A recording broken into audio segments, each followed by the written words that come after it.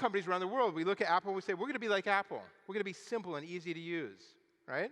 We all talk about that. We're going to eliminate friction, as I like to say. Not just be simple, we're going to make things really easy. But why don't we always do it? I mean, if we all did it, there would be 1,000 Apples, right? Everyone would be Apple. Why don't we always do it? Well, there's a reason. And the reason is that often when we see this little bit of friction, this friction that's in the experience that our customers, our distributors, whoever is in our ecosystem of our business, that there might be some piece of friction they encounter. When we see that, we often think, oh, it's just a pebble. It's just a little thing. They have to just sign up here. They just have to do this thing. Something they have to do, something they have to think, or something they have to do, right? They might have to know something in order to sign up to be part of your distributor system. They might have to learn something, get educated, choose something, interpret something, have concern, right? They might sign up and think, oh gosh, but am I really going to get paid? I don't know. I have concern about that. How do I know I'll get paid the right amount? They might have things they have to do, initiating, registering, right? Go get your passport number. Show us you're a real citizen. You know, they might have to input something. They might have to wait, you know. Okay, your thing has been filed. Even waiting is friction. It's going to take 2 days to get approved. Or monitor something. Please check back on the website, and then we'll tell you if you're approved. All these things and many, many more are friction. And we see them, and we often don't remove them because it requires a lot of effort on our part. So we don't remove them. We think, it's just a pebble. It's just a pebble. But actually, it's a boulder. For them, it's a boulder. It looks to you like a pebble, but it is like a boulder. It really has an impact on their life. And if you can remove this friction, if you can reduce effort for others and not for yourself, it can be game-changing for your business.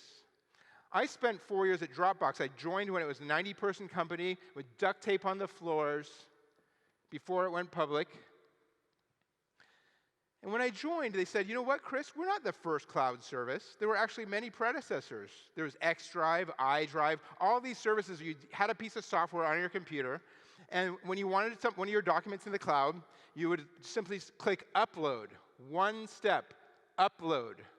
And then when you needed that document back from the cloud, you clicked Download. One step, Download. Now you can imagine those startups, they all said, hey, it's so easy. It's just one step, Upload, or just one step, Download.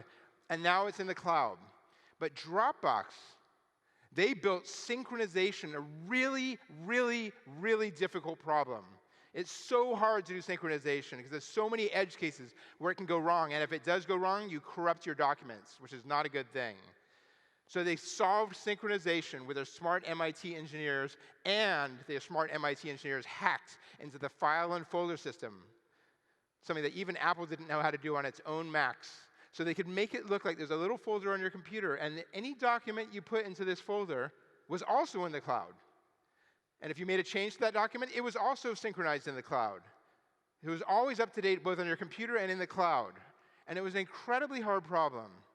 And then what they said to me when I joined Dropbox is they said, Chris, the predecessors to Dropbox had one step, and we have 0 steps. And the difference between 0 and 1 is infinite. Because that's a mathematical truth when you're dividing, right? Infinite. One step, and it made them into a gargantuan success with hundreds of millions of users by eliminating friction, spotting what looks like a pebble, and realizing that it's a boulder. So when you think about your own businesses, your own networks, your own distributors, and how they interact with your company, where can you remove friction from them? What are they doing that might be hard? Where in that network, in their email, where is it? What kind of creative things can you do? Can you use AI that looks at emails sent between your distributors and other distributors and then analyze and figure out which are the ones that are likely to be the best sellers in the future and how to retain the ones that you might be losing? What really amazing things can you do to remove friction?